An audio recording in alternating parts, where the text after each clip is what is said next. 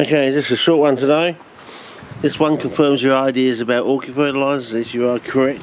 These ones here, these ones here confirm your ideas about Maxi, fertiliser. So this one is with chalk and charcoal.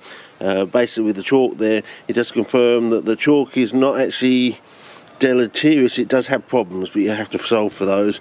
But it will actually improve the growth, because you can see it's starting to go orange there. It's going to eventually go pink, like this one's starting to pink. So I've set up another one over here. So basically what all these experiments are now telling you is, basically you essentially correct, just you haven't put it all together, and it will be so much easier using charcoal. We are the land of the bushfire and the most CPs in the world, most different sorts, and as I said before, we only need one more genus and we'll be in the Guinness Book of Records every year. As we say down there, every bloody fucking year. I did this one last... Well, actually, I did this one over here last night. Yeah, I'm 4 right 3 down, because the sun is out. And I melted a slot, and I double melted it this morning, because I wasn't too happy about what I'd done. But we'll see how it goes and how long it takes to actually sort of, well, in quotes, dry out or dry down a bit. So far, no deaths. So we'll see how we go. And that's just a general one. This is the next level up. Depending on how this goes and how quickly are they green and so on and so forth. Yeah, it could be better. I might want to put some more. I might want to put some more water in, just to see how we go. It does tend to run a bit across the side, so it does seem to be holding the water. So out of the sun. Can we get a? Yeah. Oh, it was terrible this morning. It was bucketing with rain, lots of wind worse than this, and I wouldn't half expect to see reports on the TV tonight about cars being blown off the road or something like that. It was that strong. So I've got one out of there. That looks interesting. So we'll see if any of these get coloured or they just grow normally. All I'm really expecting on this one, that these plants will just grow normally, and that gives us a baseline of understanding of where to go from. And of course the next one will try and blue something, but that will be depending on that last bottle I've got now. If I can get the bluing on a regular basis, then we'll go for trying to blue something. How's this one? Now it's got a bit of decent rain in there, soaking into the charcoal, because there's quite a lot of charcoal in that. So could do better, but it is starting to go now. So hopefully, if we get some more decent rain over the rest of the week, we'll see it not only just take off, but start to steadily grow then, and we might get some greening and a little bit of moss growing and so on and so forth.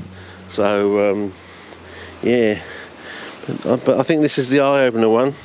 Just polystyrene down the bottom and sand on the top, you can do a lot of things. So yeah, normally you can't just grow them in straight sand, but I reckon that's going to be the future, I reckon, fellas. Using the polystyrene as a wick, as well as generating reductive flammable gas to initiate the charcoal. I think that's where it's going to go, fellas. So yeah, for down under anyway, and maybe South Africa, because it's so much easier to water that way. But before sitting stuff in water, you get all the rotten egg gas. But of course, with the reductive flammable gas coming off the polystyrene, that's going to, and if you put some counter wax in there down the bottom, remember it's always got to be down the bottom for the counter wax, the bark chip, and apparently the chalk as well. So put those down the bottom, they will improve.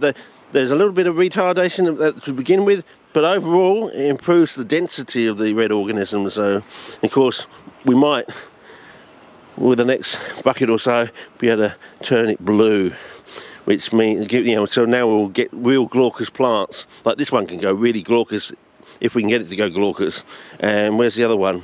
That one there can have a tinge. So this one here can go. Where's the other one? Now this one can really go glaucous when it goes glaucous. So you can actually get that to go almost a turquoisey blue, that one. I don't know what it is, but I'll have to look it up. And of course the Sonkus, of course, you can get that to really go, you can get that to go to, that one there can go to a true turquoise, a real, you know, turquoise with a K in it. Yes, that one. Yeah, my joke at the moment. Okay, so we'll see how we go.